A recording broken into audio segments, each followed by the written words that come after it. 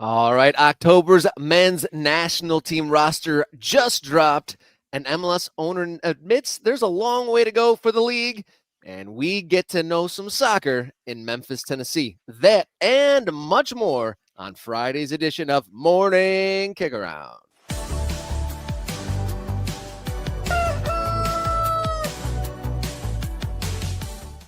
Hello, you've made it to Morning Kickaround, the show where we discuss the world's game being played right here in the United States of America, coming to you live each Monday, Wednesday, and Friday. My name's Robert Kerr, local soccer guy. To my side, Jason Davis, radio soccer guy. How you feeling, birthday boy? I'm a birthday boy. Shout out to the birthday boy. Shout out to me and Zlatan Ibrahimovic, who are celebrating birthdays today. I share my birthday with Zlatan. I think that's about as cool as it gets. I don't think you can do better than that, Rob.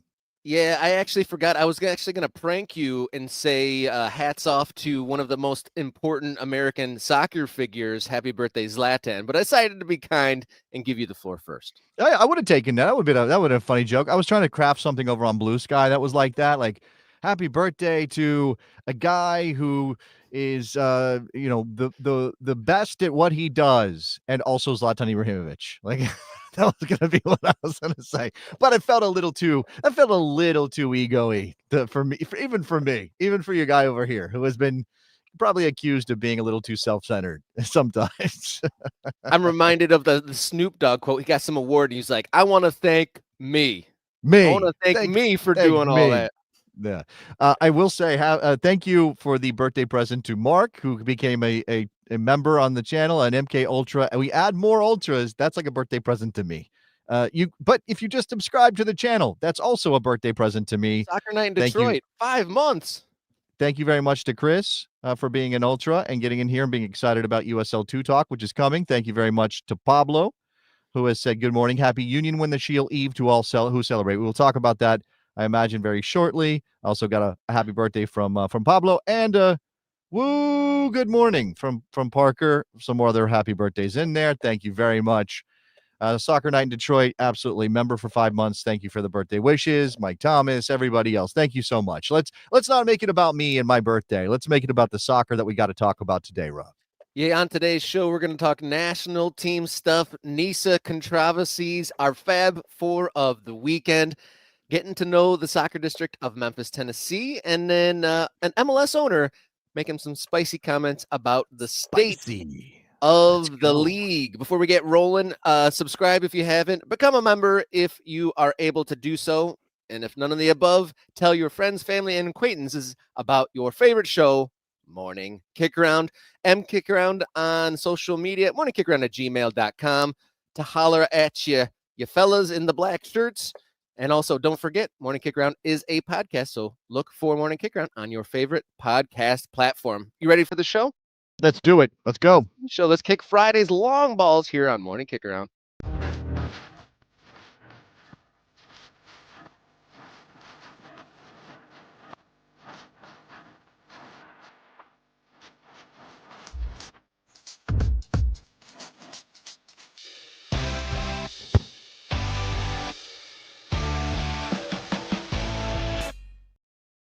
Men's national team coach Mauricio Pochettino says he has no need to call all these players. Who's in, who's out, does not matter. He called his players, and there's the team. That's in response to a journalist asking, why did so-and-so not make the team, or why didn't he? A 6-minute response is what they got. Yeah, look, we're going to talk about that here in a second. I do want to acknowledge the team that he actually called in. You've seen a lot of analysis. I'm trying to work up some thoughts of my own over at the newsletter, Jason Davis Soccer Eagle. If you are a subscriber to that, thank you very much. If you're not, what the hell are you doing? It's my birthday, God damn it. I would say there's a couple of things in here, Rob, that kind of catch your notice. Number one, he's brought 4 goalkeepers. Why we need 4 goalkeepers, I don't know, but what does that say about? I'm glad you brought that up, because it's obvious he is not sold on any of them, because each and every one of Pochettino's camps has had some different group of keepers. There's always at least one random debutant that no one saw coming. This time it's Chris Brady. Yeah, Chris Brady, who I occasionally get to talk to people who have played goalkeeper for the U.S. men's national team. I'll let you figure out who that might be. And those people don't always rate Chris Brady in terms Hmm. of how good he might be compared to the rest of the field. So that tilts me away from Chris Brady really being a solution for this. And I do think Matt Turner is still good enough, and if he, now that he's playing regular minutes, it's going to be okay again for him. But there's every reason in the world to maybe widen the pool of players for the U.S. men's national team at goalkeeper. But people don't really talk about goalkeeper. I mean, goalkeepers only. Come on, that's not what we want to talk about. We want to talk about the other positions on the field. Cameron Carter-Vickers. Okay, sure. I never see it, but it is what it is. And you after Reams and Richards, you don't have a lot of center backs that are jumping off the page to be part of this group. So I will give him a pass there. Shout out to Chris Richards for being involved in Crystal Palace's most successful team ever. Just shout out to him. Buttoning up Liverpool last weekend. Yeah, that's one that stands out for me. Again, McKenzie, Miles Robinson, these guys are auditioning for that backup role. And obviously, look, again, Tim Ream is 112 years old. It would be nice if somebody stepped up and kind of grabbed that position, and we'll see if that's a chance here. I do think, I said it again. I'll say it again. Max Arfston, Poach loves Max Arfston. Loves him. He's going to be in every team he's available for. That's just going to be a thing. Jedi is back. That's good to see. We're excited for that. Midfielders, Brendan Aronson, he's been real fringy, but here he is. Now, part of this is that there just aren't a ton of options and sort of that attacking element. Gio's not ready. He's hurt. And even if he wasn't hurt, would you call him in? I don't know that you would. Weston's back. That's good to see. I like Aiden Morris a lot. Aiden Morris, James Sands, Tanner Tessman, all of these guys, and maybe Christian Roldan if you want to add him to that group. All these guys are sort of, not necessarily solid in the team, but it's interesting they're getting called up in the October window. And, keep in mind that Johnny Cardoso has an injury. That's maybe a factor here. And Tyler Adams is not with this team because his partner's about to have their second child. So he's been excused from this camp. Malik Tillman is there. Once again, he'll have the opportunity to make that spot his own, right? To be the guy who grabs that number 10 or whatever you want to call that role. Diego Luna's here. Yeah. Is he going to be a World Cup player? I still think there's some doubt there, but I like him a lot. I like the energy. Forwards, Ajamang, Balogun, Pulisic, Weah, Wright, and Zendejas. Pulisic, everybody knows why he's there. He's going to be the guy. Haji Wright scoring goals at Coventry City. And Pochettino mentioned that specifically. Said he's scoring goals. That's why he's here. And you want guys that are in form. Right? Ajamang has just come back from injury and started his career at Derby County. And he's just a handful. He's not a refined player. He's not a player that is trustworthy every time he's on the field, but I think he's a difference maker just because of how big he is and how difficult he is to deal with for center backs. And I've said this before. I think the fact that he's not refined adds an unpredictability to his game that makes it tougher on center backs because he's you like kind of playing don't poker with a newbie who's just laying bets when it doesn't make any sense. So all the experienced players are like, what the heck is going on? And he could even borderline compare him to like a Tasmanian devil. He's just spinning around. The ball goes this way. Exactly. That's exactly what it's like, Rob. I appreciate that analogy. That is good. Balogun's the man for now. Pepe's hurt, and Balogun would still be the man even if Pepe wasn't hurt and available because Balogun scored the last camp, and we do see it with Balogun. I'd like him to do it again. You're playing against a pretty decent South American team and a team in Austria that I figure is probably going to be low block for most of the game. So have an opportunity to prove something, and Alex Zendejas deserved his opportunity to be back in this team. I do think he has somewhat limited utility in a 90-minute setting against a top-level competition, like in a World Cup, but I don't know that means you don't bring him because, again, he can do some things, and he is, again, a little bit of a difference maker.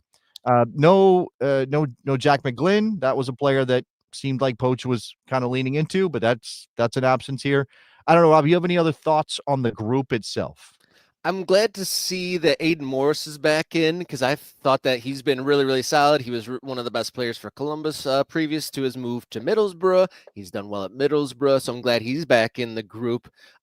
Interesting to see Ajamang back. We just talked about him. He's a box of tricks or box of randomness is probably a better way to say it. You know what he is? But you're saying he's like that drawer. My grandfather had this drawer. My dad had this drawer. I don't know if I have it, but it's like that drawer that has all the random nuts and bolts and screws, but they're not organized. You're just like picking through it. Like, which one do I need? We've got one, the junk drawer. You got the junk drawer. Yeah, I mean, everybody's got a junk drawer. I think that's pretty tough.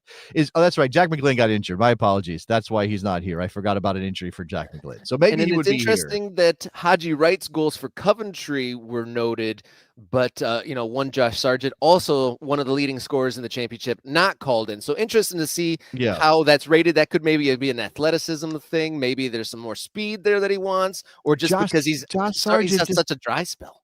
He didn't do it last camp, and maybe service, whatever. But at some point, you just got to score the goals. And again, Balogun did it, right? And Haji Wright's doing it in the club level. Yeah, that is interesting. Now, you mentioned the communication thing, and I wanted to highlight this. Now, Pochettino went on for 6 minutes about this issue after being asked by Henry Bushnell of The Athletic. But I do want to play some of this so that we get a sense of what Pochettino thinks about this question and whether he should be communicating with his players when they aren't called up. That you don't give explanations to players we try to get. And you don't give explanations to players who are not called into camp. Exactly. Why? Why don't you give the explanation? To which? The first or the second? Both. Because I think in my philosophy, in our philosophy, or in the way that I grow, feeling that sport, player no need to know. And if the player need to know, is because they don't really feel that sport in the way that I feel. That doesn't mean that it's right or wrong. Because you really know when you play why you play, and when you don't play, you also deep down you know why. I will stop it there, Rob, because that's interesting to me. He is saying, if you don't understand why you're not called, you don't deserve to be called, or you're not get on my level. Now, he made sure to say, it's not to say it's right or wrong. You don't feel it the way I feel it, but he's saying, get on my level. I even beyond explaining it this way about how the player is supposed to feel the game or whatever, I don't care. I don't think players need to get phone calls and coddled over not being called in. And this is also part of that thing he's talked about, breaking up a culture where players were extremely comfortable, where they presumed their place. Okay, I played in the national team for a consistent year. I got called up every camp by Greg Berhalter. I'm just going to be in the national team now. That's just one of the things I do. I'm in the national team. And then a window comes and Pochettino's now in charge and he doesn't call somebody. And it's like, why did he call that guy? Well, should he be communicating with that guy who was in every camp under Berhalter or for the last year before Pochettino came in or whatever? No, the national team is not. This is different than the day-to-day relationships you have with club players. Your job is to call the best players, 23, 26, whatever it is, to win the games that are in front of you. Or in Pochettino's case, up to this point, pick the players you want to see because you're trying to build toward the World Cup in 2026. I don't know when we kind of got into this place of, well, he's got to let everybody know what's going on. How deep is that list? If you had one cap over the last 5 years, should he be calling you up and saying, I'm sorry you didn't make the cut this time, buddy, but keep trying? What are we doing there? That's not a thing. And honestly, I don't know. Do the players need this? Do we even know from the player side that they need this from Pochettino or any coach from a national team perspective? You don't get called in. You weren't good enough or you weren't the right fit in that moment and you don't deserve an explanation. It is a privilege to play for your national team. Yeah, it sure is. And it's like being professional. You do your job when you're called, and then if you're not called up, then you got to do better and get called up next time. Just to kind of round up my thoughts before we move on the surprise of the team. This roster seems like it's more well-rounded, less random, let's test out this guy sort of a pick. It seems to be more of a sensical squad. We're taking this as the first bit of real evidence about who Pochettino might be taking to the World Cup if available, right? Now, again, I think that trio of Morris, Sands, and Tessman, there's still some sandbox things happening there. That's still trying to figure out. I don't know that all three of those guys are really in the picture right now, but there are a lot of and again, Tyler Adams is unavailable. Johnny Cardoso is hurt. Maybe he wouldn't be in the team, but he's hurt. It's tough to know when injuries are a factor here as well. Jack McGlynn is hurt, and he's been pretty recently consistent in the group. So there's some evidence that Pochettino likes him. So, but what we know is that he said last month, September, was his last chance to get a look at new players. Tristan Blackman, who is hurt also, by the way, and who knows if he would be in this team. He got a look. First ever caps for the national team. Wow. Okay. He's looking at a 29-year-old center back for the first time. He's not doing that in this camp. This camp is closer to what he would call up if he was trying to win a game against Argentina tomorrow. And so we move, taking as evidence the group that he's got. This squad will play Ecuador in Austin on the 10th of October and Australia in Colorado on the 14th. Moving along today, moving down to Nisa, who is going to be playing a Fall Pro Cup. But the big news, Temecula FC, one of those teams, has decided to withdraw from Nisa in an effort to join USL League One. Temecula, a team founded in 2013, and they're in stadium talks and wanting to make the move to USL rather than hang in Nisa. Yeah, here's the statement they put out on the old X over there. Club update with the siren. What do you call those things? They're not the sirens, the sound. What are those things? That reminds me of like lamp? that reminds me of Naked Gun. You know, like they get the regular sedan and he popped okay. the thing on top of the light. I always think of hockey when I see those. Oh, light the lamp. Yeah, of course. Light the lamp. Temecula FC is shifting our focus away from Nisa Pro and putting all efforts into pursuing USL League One. With stadium talks underway, plus strong partners like 8-Bit Brewing, I got to get some of that, and SDS Custom Homes, our mission is clear: pro soccer in Temecula Valley. We've got a commenter on the channel, and I don't have the name in front of me, who is like, you got to talk to our owner. You got to talk to our owner. Morning Kickaround, interview our owner. Okay. Maybe we need to. Maybe we need to find out what's going on with Temecula. And I do like the badge, the bird on top of the ball. I don't know. Just it hits me in the right place. That obviously this is going to have an impact on Nisa. If this is the right thing for Temecula, then more power to them. And look, Nisa does not seem to be the most stable of things. Of course, if you have bigger ambitions, Nisa is not the place to do it. We've seen clubs leave Nisa before because it just wasn't going to meet the level. They've had clubs drop out. They've had beefs. I mean, Nisa's idea of independent clubs is a fine one, but in actual practice, it has proved to be pretty rickety. So here is Nisa's statement, and I'll go ahead and drop the banner there from Temecula, just so you can see the whole thing. While we are disappointed by Temecula FC's decision not to honor its commitment and contract and withdraw from the 2025 Nisa Pro Cup, the tournament will continue as planned beginning Monday, October 13th.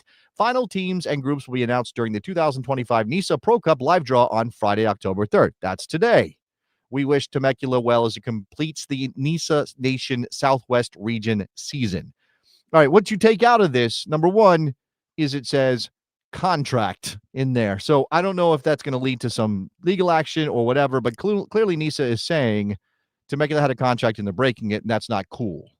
Now, again, how far should contracts go when we're talking about maybe Nisa not being the right place for a club like Temecula that has ambitions? I'll leave that up to you. I think probably Temecula is making the right choice here, Rob. I'd say from face value, you'd say so. For an update, the draw for the Nisa Pro Cup is tonight, and it's supposed to be held on the 13th of October, starting October 13th, and going to be all held about 20 minutes north of me in Washington, This Michigan, is the at reboot. the Michigan Stars. Right, Rob? This is the Nisa reboot because Nisa kind of went quiet and things fell apart and they had to repopulate the league and find the clubs and all those things. So this is their attempt to kind of get momentum again. And obviously Temecula pulling out is not a great look for them. Yeah, I'd be interested. Do you guys want any coverage of this Fall Cup? I mean, it's local to me. Curious to see if we get an onslaught of comments like, let's see what's going on in the Nisa Fall Cup. Let us know in the comments.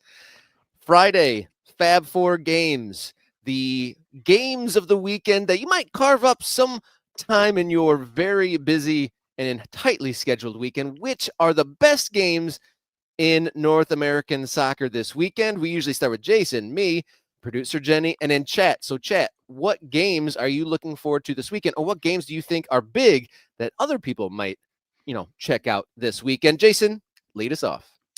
Yeah, I'm gonna give some love to a couple of people who have already mentioned this in the chat. And for me, this is a massive game. It is the Philadelphia Union hosting NYCFC at Subaru Park in the birthplace of my grandfather. On my birthday, I have to mention it. The birthplace of my grandfather, Chester, Pennsylvania. Philly can win the Supporter Shield this weekend. That is why this is. Now, look, NYCFC has been on a heater, right? This is a team worth paying attention to in the Eastern Conference of Major League Soccer. And I think, we're maybe going to get a sense of whether or not Philadelphia is as much an MLS Cup contender as they seem to be Supporter Shield capable. So Philadelphia can win this game and do two things: kill two birds with one stone, two pigeons, if you will. One, they can win the Supporter Shield for the second time in club history. That would be a pretty great achievement for this team, particularly considering the context of firing Jim Curtin, a beloved figure in Philadelphia, the guy who turned them into a contender for trophies in MLS, and hiring Bradley Carnell, a guy who, got pushed out the door in St. Louis when it fell apart for him. So there was a sense that this was a rebuilding year for Philly, and here they are on the verge of a piece of major silverware. That's a big deal. And again, they can prove they are really, really legitimate candidates to win this MLS Cup title if they can beat an NYCFC team that has been very good recently. They just beat the Red Bulls in the Hudson River Derby. They've got momentum behind them. Let's see what happens here. What an emotional roller coaster for Philly supporters. One of our ardent MK Ultras, Mike, I'm curious how his emotions are doing. At the beginning of the year, they fired their coach. They sell a couple of their highest valued players. Thought they were going down the tubes, but, on the verge of a supporters shield. Yeah, doing it without Daniel Gazdag, who we thought was their most important player. They don't need Daniel Gazdag, clearly. Yeah, and selling Jack McGlynn. Good point. Yeah, Columbus fans not over the moon with the performance of Gazdag, it should be noted either. So that's a good pick to start us off here on the Fab Four. My pick number 2 for this weekend. It's been mentioned in the chat a number of times tonight, or this morning rather. Soccer Night in Detroit nails it. My Fab Four pick, Jägermeister Cup final, Sacramento versus Hartford, 10 o'clock Eastern time. Ooh. It's an interesting one. It's 10 o'clock Eastern. That's going to make it hard for your boy to stay up and watch it. I'm old. I just turned another year older. I can't stay up and anyway. Go ahead. Yes, big older match. And more colder. But no, a fantastic competition. I think this is only the second year of the Jägermeister Cup.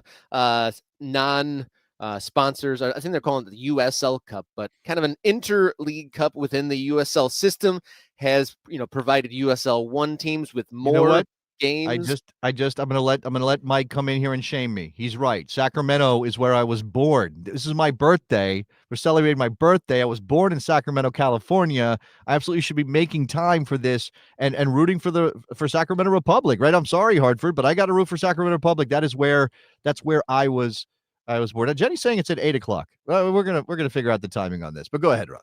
Well, maybe the Google machine gave me a different time. It says 10 o'clock on my screen, but regardless, Saturday night in Sacramento, California, a trophy will be battled for, and that's why it is my Fab Four pick of the weekend.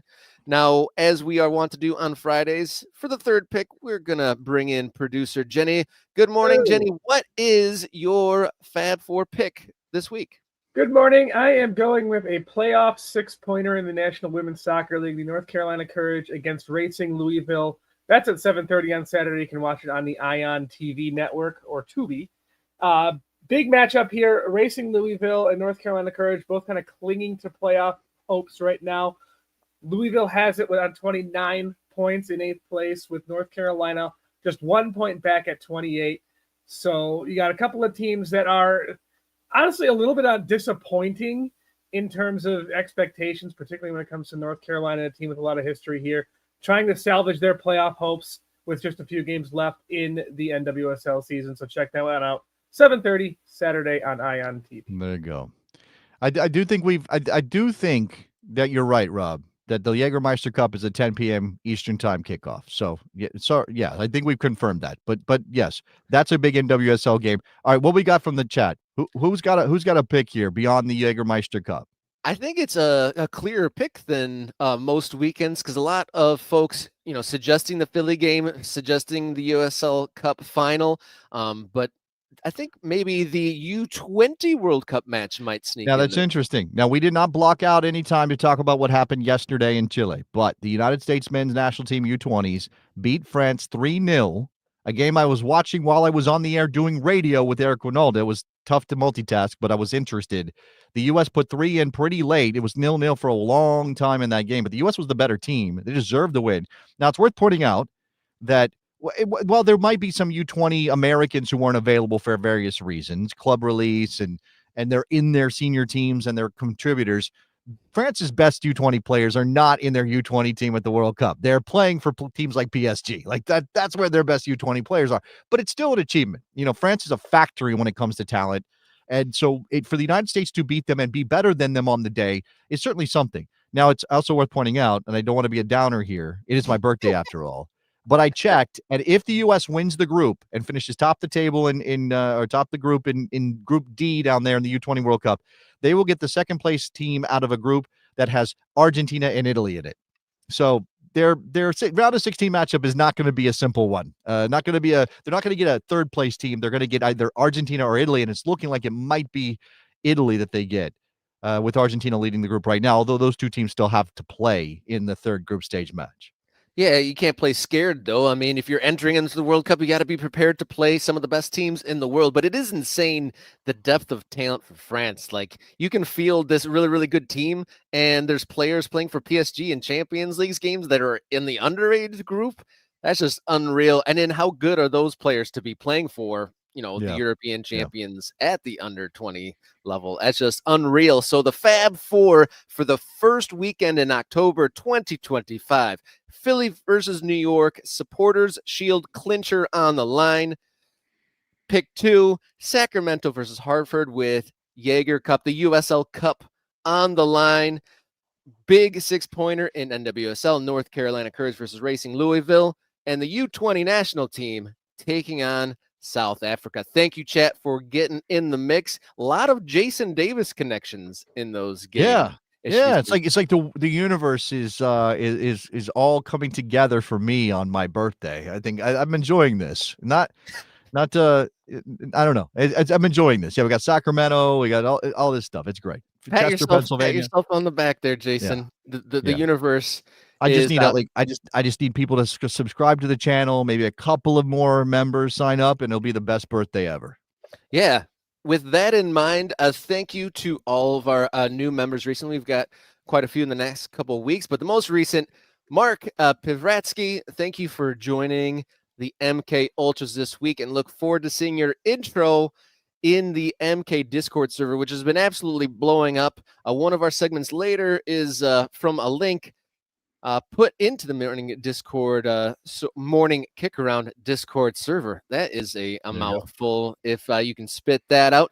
If you don't want to share those dollars to join the channel as a member, you hit subscribe, doesn't cost you a darn thing, or just tell your family, friends, acquaintances, and even your enemies about Morning Kickaround being your favorite show talking about soccer.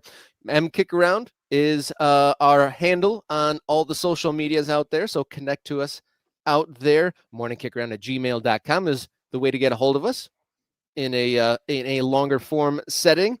And don't forget, Morning Kickaround is also a podcast, so look up Morning Kickaround on your favorite podcast platform. All right, we're going to move on to one of my favorite segments we do, Get to Know Your District, where we talk to those experts in various cities across the United States and get to know their specific projects and the lay of the land in their soccer city. So we're going to come right back, talk to our guest who's waiting in the wings, Carey Talley from Memphis, Tennessee, and Get to Know Your District, and we come back in just a second.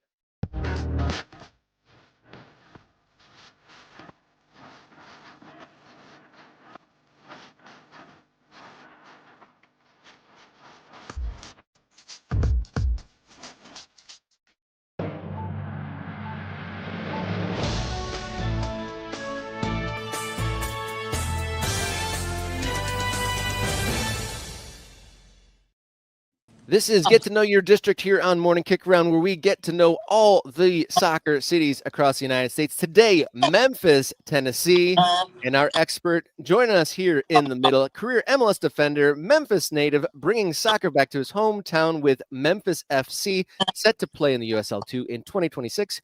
Carey Talley, welcome to Morning Kickaround, sir. Hey, thanks for having me, guys. Appreciate you coming on, Carey. I mean, great to have you on the show. Thinking about how many times I watched you play back in your playing days. I guess now I know you're a Memphis guy, and I love this that that guys are going home to start clubs and do things in their communities where they come from. I mean, Fort Wayne and DeMarcus Beasley comes to mind, and you've got this going on in Memphis. So tell us about this club, the origins of it, and what you're hoping to accomplish in Memphis. Yeah. Well, first off, I should probably say happy birthday, Jason. Thank you. Appreciate that, Carey. Thank you very much. Appreciate that. But thanks for having me. After I got done playing in 2010, I decided to come back home and kind of plant my flag and say, hey, I want to get into youth soccer here in Memphis and kind of try and get things back going. Back when I grew up playing, a lot of people don't know this, but there's actually a good amount of talent that came out of Memphis for a little while. And on my club team growing up, I had a guy named Ross Polly, a guy named Richard Mulrooney, a guy named Johnny Walker. Guys, we all played on the same club team and we lived 15 minutes from each other.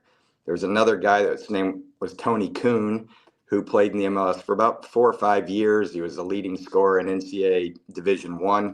And so we had a very good, solid club team. And on top of that, our club, Memphis Football Club, was churning out college players, youth national team players.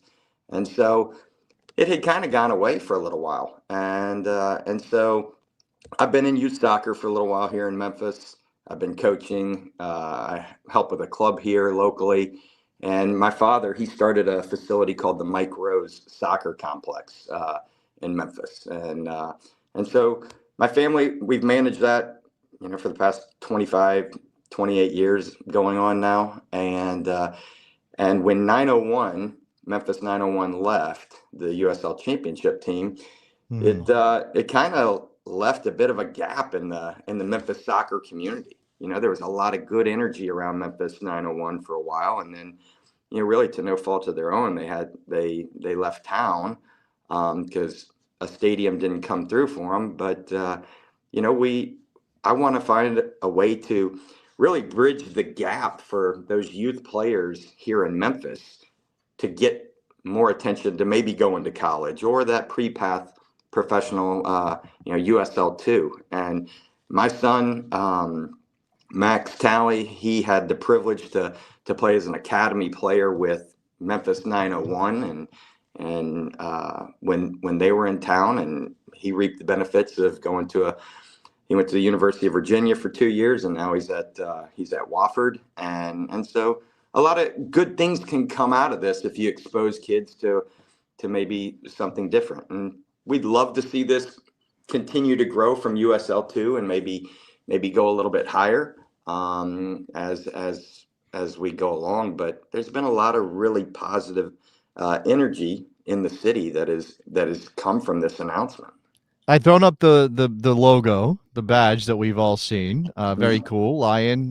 You can maybe, I see the pyramid, which is something that Memphis is famous for there in the crown.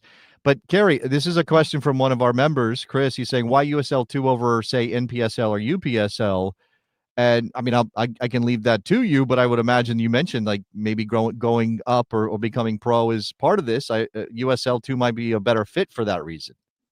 Yeah, USL has a lot of interesting things going on, and that league in particular to us seemed very appealing because in the next few years, they're introducing a pretty competitive structure to MLS. They're looking at a promotion, relegation, and things like that. So, I mean, there's some different things that are coming through USL. That seemed attractive to us, and so we wanted to go that way. People know USL in Memphis with obviously the history of Memphis 901, and so we thought this is a good route for us. And at our facility where they're going to be playing the games at Mike Rose, there's nothing going on there, and so it's a good time to bring people into the stadium. It's already a place we see about 900,000 visitors a year there at Mike Rose, and people know it and they're very familiar with it, and it's a good place to really, in my opinion, come and see local players, and that's what we're going for. You kind of tease there that there might be something bigger and like moving up levels in the future in the pro rel. I want to come back to that. But you mentioned the loss of Memphis 901 there in the city. And I want to, part of kind of what this show is like the unique landscape of American soccer. Teams come, teams go, leagues come, leagues go.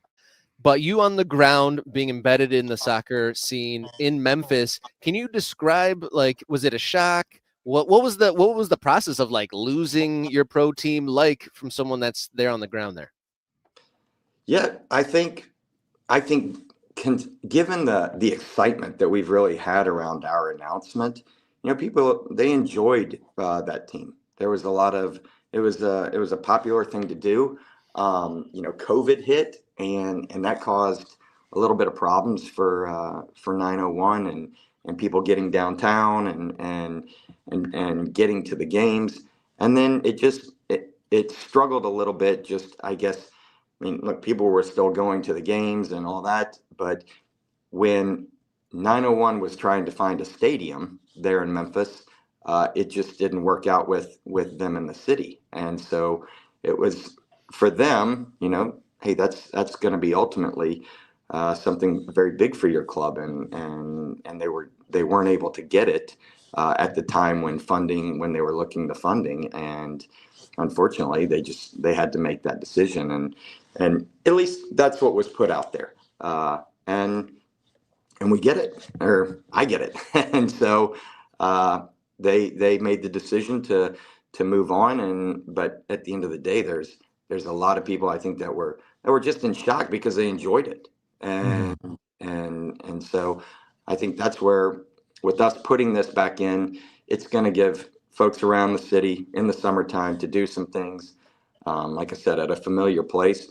Look, we would love to be at a downtown stadium, don't get me wrong. I mean, right, and do things like that, but we have a nice stadium out at our complex that's about 2,500 seats, and we hosted 901 there for one of their Open Cup games. We had about 3,500 people there, and it was a great atmosphere. It's a good family place, and so that's what we're looking to do. I got to put the picture of that I just, I looked and found a picture. Is this what it looks like right now, Carey? Is it something like this, or am I using a bad picture? No, that is exactly it right there. Okay. So, so for what Memphis Football Club is going to be, this obviously is a perfect place. As you said, maybe there's something down the line. And this is a moment we're in. And you can see on our screen, Carey, that we have Dot the Map. It's one of the things we talk about on this show, that we want there to be clubs in every place that can support a club. And honestly, pretty much every city in America should be able to support a soccer club at some level.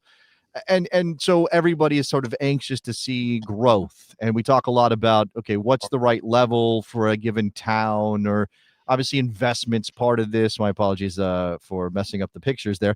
Investment is part of this and all that stuff. Is this the origin of this? Is it about that? About trying to, you said, you'd love to have a downtown stadium one day. Is that what this is about? Or I guess what I'm always concerned about is that as fans, we demand too much, right? Oh, okay. A USL 2 team got 12,000 people in Annapolis. Well, they have to go pro. They have to be trying to be ambitious. And maybe that's not the right thing for the team or the community. Is that something you think about?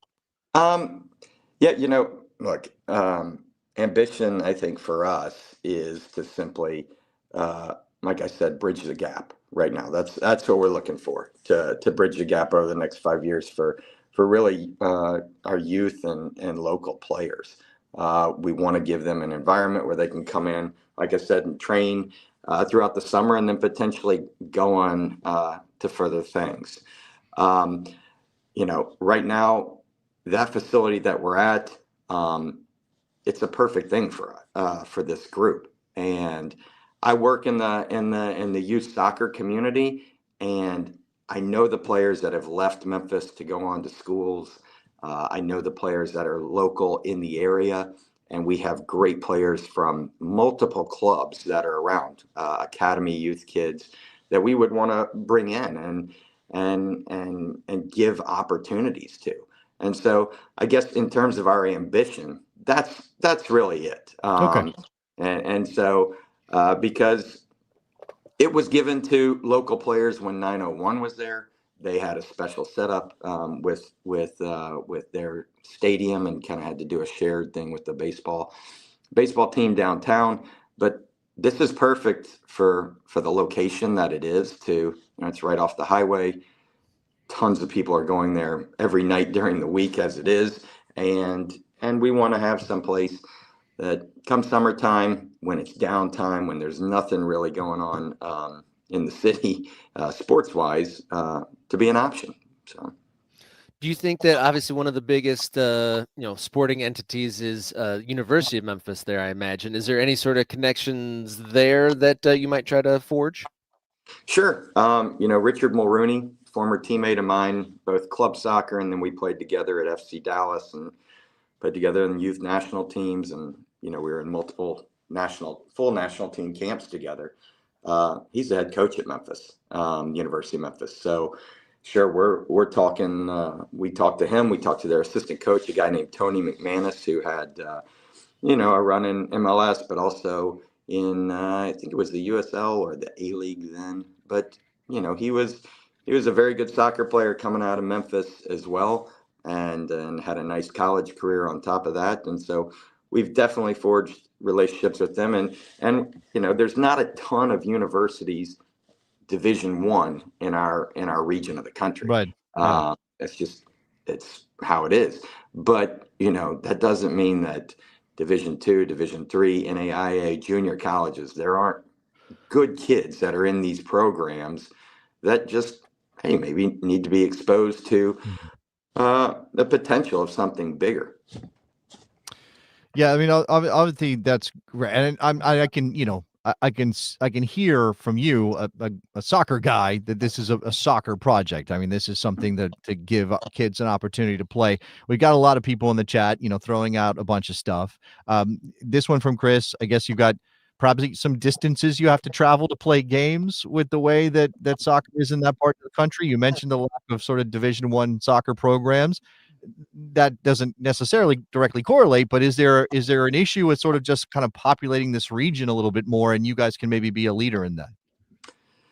That would be great. We are now finding, Little Rock, a buddy of mine, Ante Yazic, who had a great professional career. He's over in Little Rock. They have the Little Rock Rangers. We just there's another franchise that just opened up in Jackson, Tennessee, called the Jackson Boom. That's an hour and a half away, and so that's right along the I-40 corridor there. And so it's becoming a nice little area where, and we know of another group that might be coming or looking to kind of dip their toe into USL 2 that's not too far from us. And so it could create something where, hey, it's not as much travel, and you can actually start to see away fans traveling, which could, at USL 2, I don't know how popular that is. I was driving to Little Rock to watch my son play 6 times this summer, and 2.5 hours. It wasn't bad, but it was made just nice long enough to be annoying, Carey. That's what that is. Just long enough to be annoying.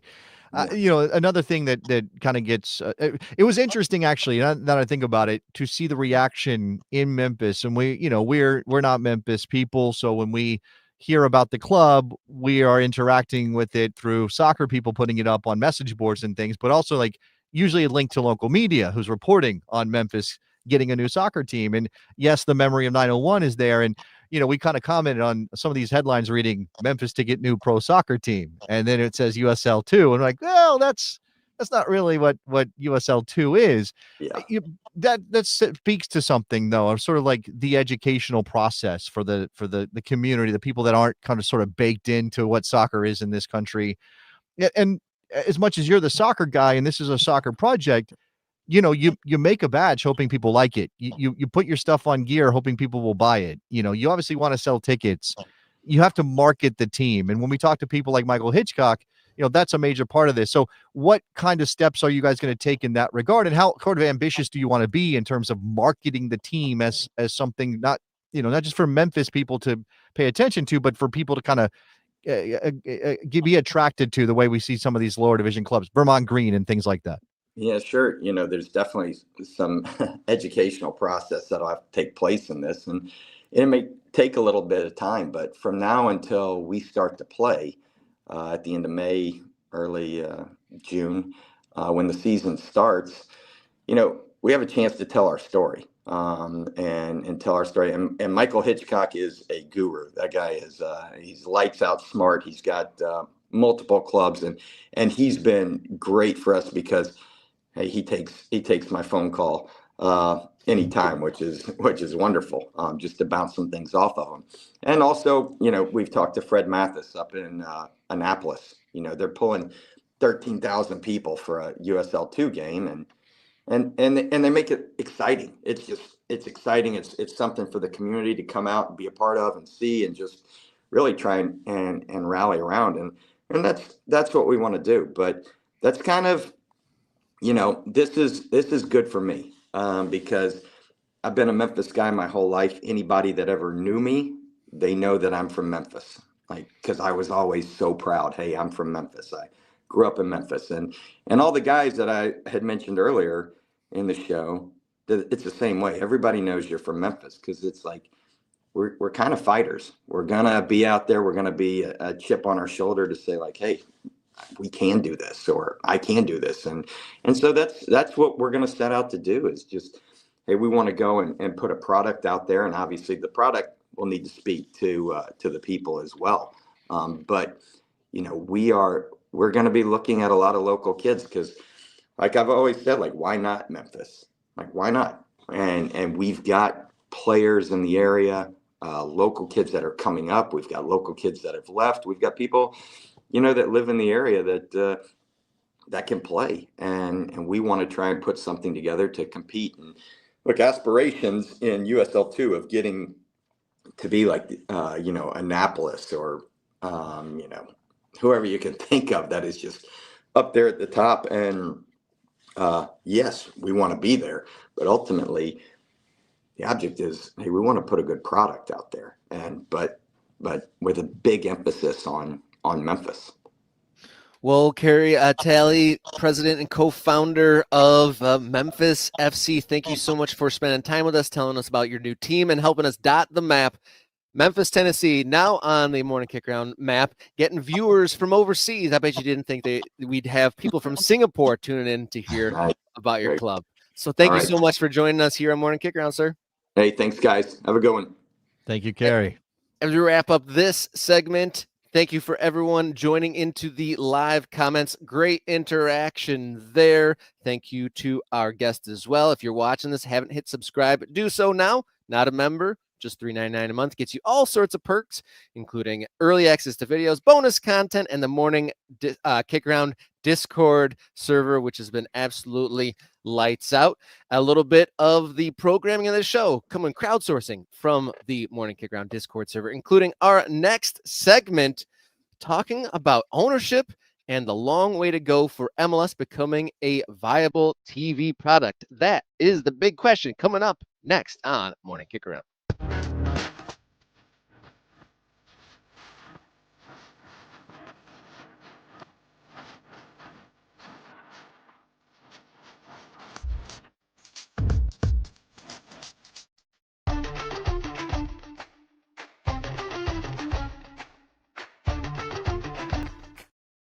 Today's big question here on Morning Kickaround: what can MLS do to become an appealing TV product? We bring this up because Jimmy Haslam, owner of Columbus Crew, in a recent interview says that MLS has got a long way to go to get people watching their product, MLS, on television. I think context is important here when we talk about who Jimmy Haslam is. I mean, I think most in the know soccer fans understand what the dynamic here is. But of course, Jimmy Haslam and his wife bought the Columbus Crew from Anthony Precourt when we had the whole Save the Crew crisis, when Precourt wanted to move the team to Austin and all that happened. Of course, Jimmy Haslam is also the owner of the Cleveland Browns of the NFL. Now, this led to that whole playing a game between the Crew and Inter Miami in the Cleveland Browns Stadium, which upset some people, is tied to the shared interest that the Haslams have in both kinds of football. So Jimmy Haslam is he's not a soccer guy. Now, I don't mean that he doesn't like the game. I have no idea how much he cares about the sport. I don't know that he is, I don't know if he is somebody who understands how good Thierry Henry was, for example, right? I don't know. He could be really into it, Rob. He could be blocking off days to watch the Champions League and stuff. But my sense is that's probably not the case. That the NFL is really his main interest. And then the soccer thing, okay, it's down the road in Columbus. I'll get involved in that. And obviously they get to be saviors. And of course, they built the stadium that has helped turn the Crew into one of the more predominant or preeminent teams in Major League Soccer. But he's not like that. That being said, the business side of it, maybe he's got a clearer image of this. So what he said, it's in this article over at Sports Business Journal. Haslam Sports Group co-chair Jimmy Haslam, who owns the Crew, told attendees at Leaders Week in London that MLS, quote, has a long way to go in getting people to watch our product on TV. Now, he said that was because the league struggles to cultivate an at-home audience to the quality of play, saying MLS must, quote, put a better product on the field in the United States if we're really going to be serious about getting people to watch our product. How many times does he say the word product? Multiple times. Many. Lots of times. I don't love that word in this context, but is he right, Rob? Is he right? Well, you go to MLS cities, and I think the attention on MLS cities where people can go in person is very different from anywhere outside of those cities, from a place with no Major League Soccer team. It does not hit the radar, and no one comes to the bar and say, did you check out that MLS soccer game last night? It's not really on the radar if you're not in one of those cities. And I know the random stumble upon, like, oh, it's on a late night game on Fox or ESPN or anything like that. That just doesn't happen anymore. Now that it's on Apple. Like, you have to be very dedicated fan to seek it out. Even if you go to the Apple app, you have to go through a couple different layers to get there. There's no accidental discovery of it. There's no casual viewership. You got to be very intentional to find it. They do push it sometimes. You can be watching something on Apple that is not MLS, and you'll get that little pop-up in the corner that says, there's a tight game between so-and-so and so-and-so. Okay. Push this button to watch the game. Yeah, you get pop-up ads, basically, for what's happening in the moment on MLS when you watch things on your Apple TV. Now, again, I don't know if that is enough, and maybe that's not everybody's getting that. If we're talking about the product, the quality of the game is what he's talking. The quality of the players is what he's talking about, right? Now, I don't think that's not a factor in getting people to watch Major League Soccer. I think the quality of the sport should always be there. Should always be a goal to improve it, right? And of course, for years and years and years, those of us who covered the league as part of our job would say MLS needs to do better investing in the quality of play. Yeah, you can bring in a couple of DPs and you can spend money a little bit here or there. You can incentivize clubs to spend money on South American young players to bring. But what you need to do is allow the clubs that want to be ambitious to spend across their entire rosters in ways that will improve the quality of the game, because you've got 20 players that are at a high level rather than 5 or 6 or 7, right? That imbalance across the entirety of an MLS roster is part of the problem for the quality, right? The MLS in pure dollars, some of those teams might spend more than the Mexican clubs that we're often comparing them to. But what the Mexican clubs can do is they can spend $10 million on all of their players, regardless of where they come from. They're not restricted in, although this player is a certain category and that other player is a different category. They have foreign player rules like every country does, but beyond that, they're not limited. Where an MLS team has to go, well, is that guy a TAM player? What kind of contract is he on? I mean, what kind of category does he fit? Well, we can't sign another high quality player because we don't have room and we don't have that budget designation, right? Now, that doesn't, to me, those things are worthwhile doing them because you want to compete and win trophies. And obviously you want to allow for ambitious owners to spend the kind of money they want to spend. But I don't see it as the factor in getting people to watch the game on television, because there will always be some soccer on television that is better than Major League Soccer. That's a reality. Yeah, that's a very harsh reality. There is always going to be a game somewhere in the world, especially in Europe, that is of higher quality. And generally speaking, MLS is also going to lose out in terms of the pageantry and the history, especially when we're talking about the Premier League. Even if you go down to Argentina, certainly you talk about Mexico, Germany, these leagues have things that MLS cannot have based on how old the league is and how important it is in this country. So I don't know that I buy this necessarily as the cure-all, but it's worth doing to improve the quality of the league. Is absolutely worth doing, Rob.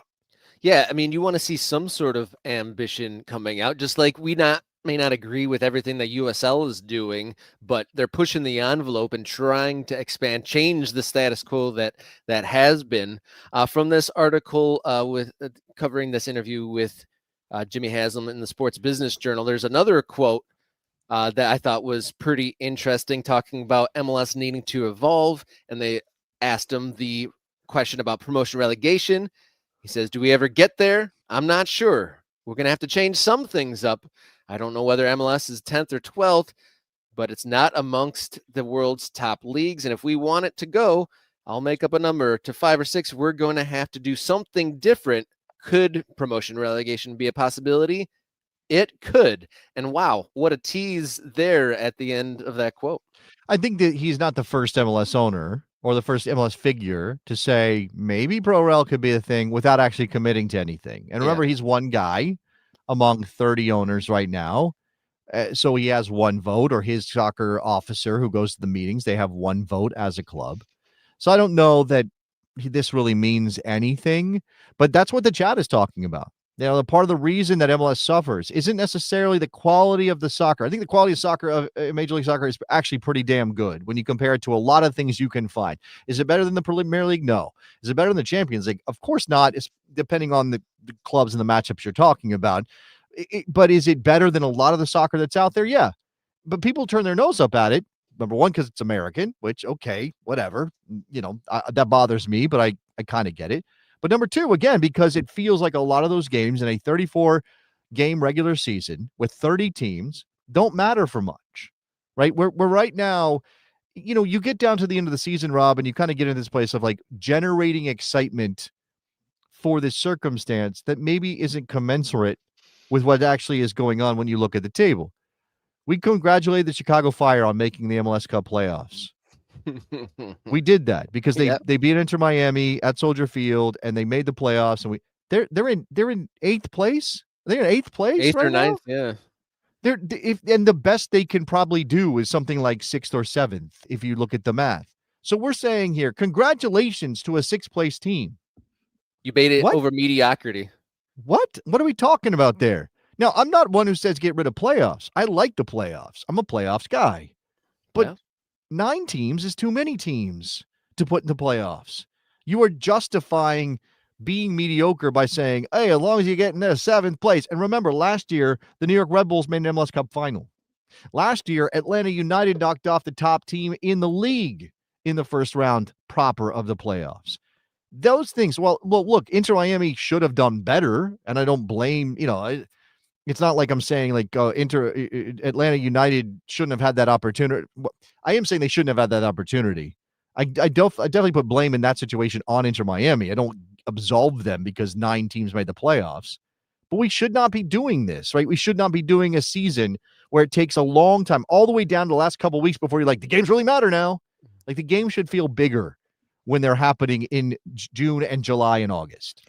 Yeah, there's been games playing for 6-8 months now, and it's only just getting important. That's pretty wild. I mean, you can go to games in July. They could go on a 3-game, 4-game losing streak. And, you know, is the season totally kaput after doing that? But those things aside, I've been feeling lately, especially with Honmin's son, rather, at LAFC. I was thinking Major League Soccer is probably doing the least with the most that they've ever had right now, because they've got some, 30 teams, obviously a huge league, arguably the quality and the play is the best it's been. I mean, I'm sure people could debate that, but with it being on Apple and the way it is and so many other things available, I think there's getting the least out of the most they've ever had. And to Haslam's point is something's got to give.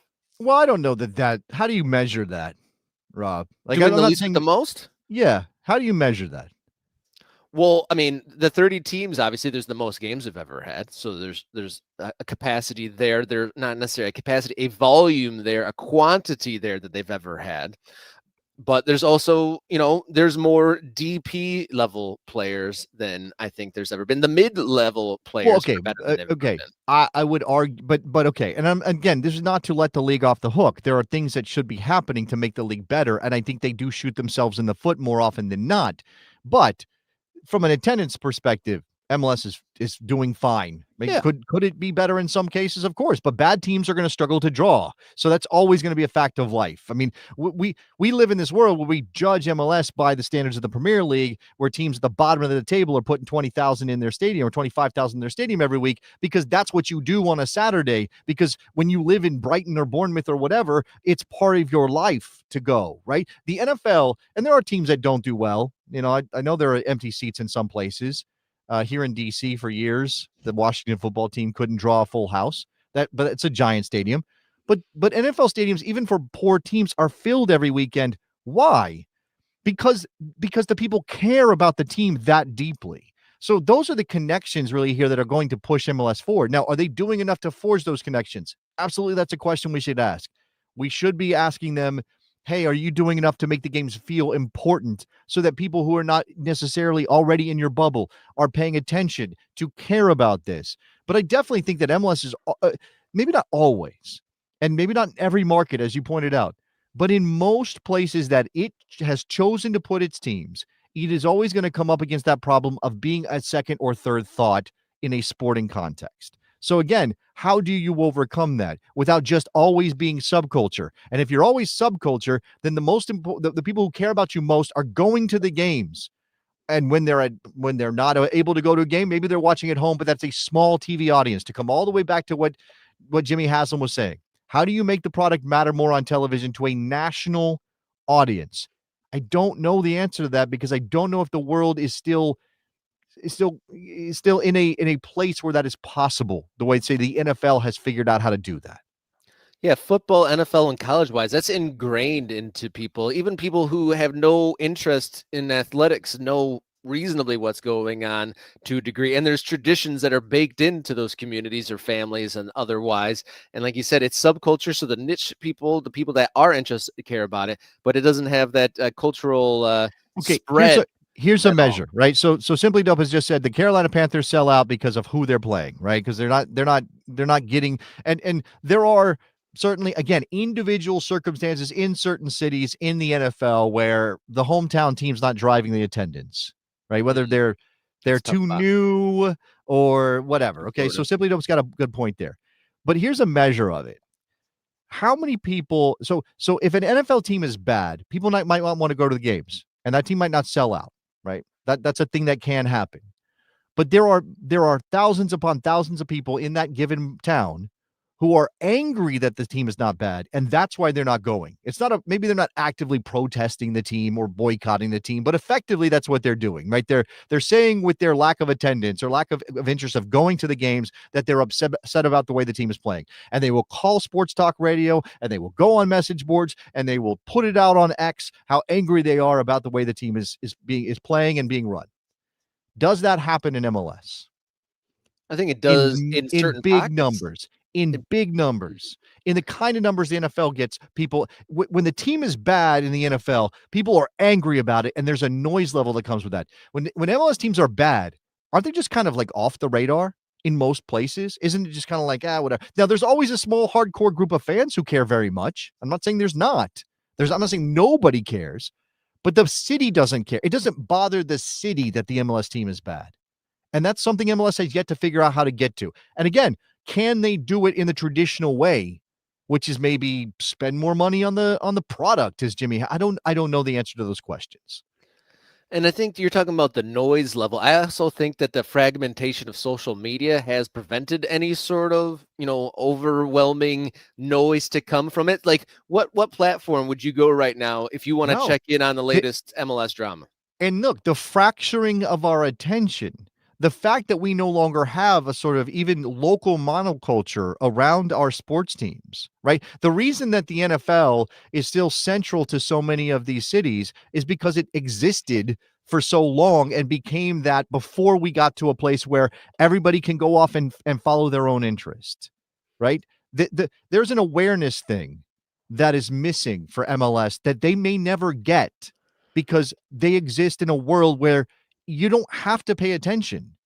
But if you grow up in Pittsburgh, even if you don't care a lick about the NFL, you absolutely know who the Steelers are, right? You know how important the Steelers are to the city of Pittsburgh, right? But if you grow up in an MLS city or especially even now, even as a young person where MLS is ubiquitous and accepted as part of the furniture of sports, you might not even know about what's going on with the MLS team because people don't talk. You don't walk into the grocery store and hear two people having a conversation about the MLS team as much as you might the NFL team.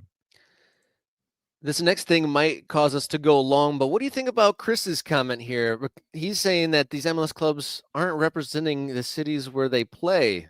Do you think that that's cynical, or is that a legitimate claim?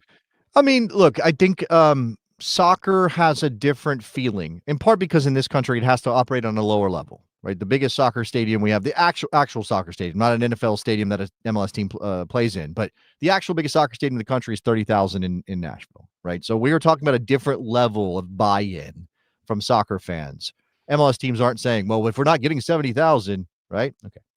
So that because MLS operates on that level, it feels, and because we take our cues from European soccer and South American soccer and some of these other places, we very much emphasize the community aspect of a soccer club, right? The romantic ideal of a soccer club is a bunch of guys get together and launch a team, and then eventually you go up the ladder and all that stuff. And we're not at that place in America, but we certainly dream about it.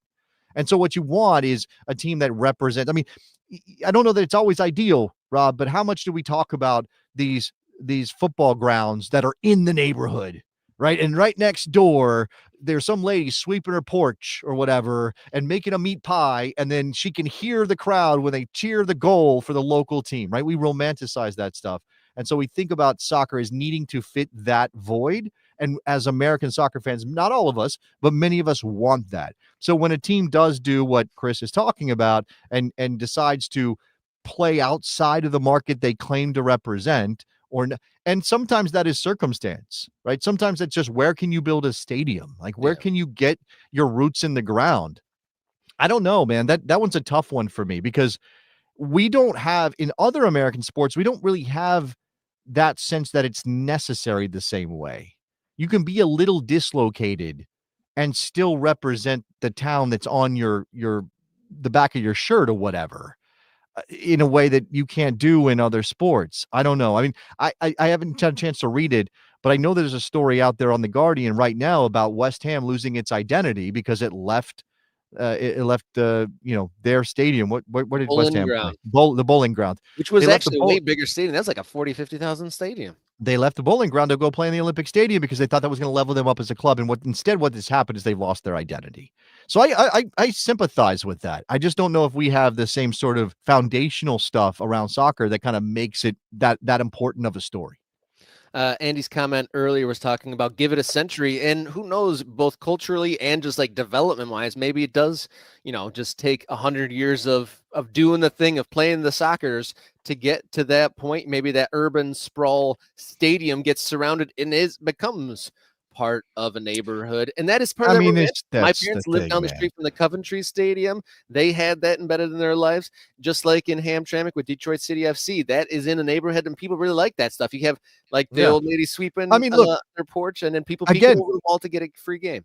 We are absolutely people who are like, oh, an MLS team's going to build a stadium. I hope they build it downtown. I hope they build it downtown. I hope they build it in a vibrant area. No, downtown, that's always where people live. But we hope they build it in a vibrant area, whatever. And if you end up with a team that is, so for example, we talk a lot about the Fire leaving Bridgeview because it wasn't working because it was too far away from anything of note in Chicago, right?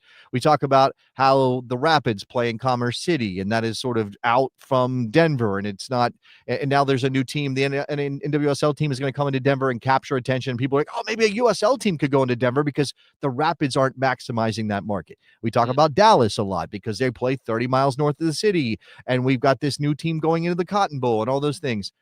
In a lot of those cases, those teams got what they could get, right? The only option they had at the time when they wanted to build a soccer stadium and not play in an NFL or college football stadium anymore, that was not a good fit for them in their game, which made the game look terrible and affected the quality of the game, was to build a stadium in the exurbs. I mean, can beggars be choosers here, right? Like Chester, Pennsylvania. Again, I mentioned it, birthplace of my grandfather. It is not in Philly. It is not in Philly. And Mike knows this, and Pablo knows this. It is not in Philly. It is way out from Philly. And they've made it work for them to a large extent. Like, would it be better if they were playing the Stadium District with all the other Philly teams? Of course, it would be better. I don't know. Again, like, is that the real major barrier here to what we're talking about? I don't know. And look, we'll see what happens if the Fire get their stadium built in Chicago, how that impacts the popularity of the team in the city of Chicago. Because right now, that's a team with big ambitions that doesn't really seem to have a foundational fan base to fill up a 25,000 seat stadium even, and they're playing in a football venue right now. So those are difficult questions because what we imagine should be happening is very far away from reality. Yeah, time will tell. Curious to see if Jimmy Haslam, Columbus Crew owner's comments are just that, or a sign of big changes to come to Major League Soccer to making it a viable, big audience TV draw. But thank you, everyone, for getting in the comments. Great show today. Thank you to our guest from Memphis, Tennessee. Great stuff. Great to dot the map. Thanks to the viewers overseas. Wing. Thanks for tuning in from a long way away. Someone mentioned we hit a high number of live viewers, so great to see the growth there. And if you want to contribute to that growth, hit the subscribe button or step it up a notch, $3.99 a month. Become an MK Ultra. Get the perks of priority commenting on these live streams, early access to videos, bonus content, and access to the Morning Kickaround Discord server. Behind the scenes information about what's coming down the line, and I've got some exciting stuff. We're working on some things I'm really excited about. So if you want to know what's coming before it happens, if you want to be in the know, become an MK Ultra, become a member.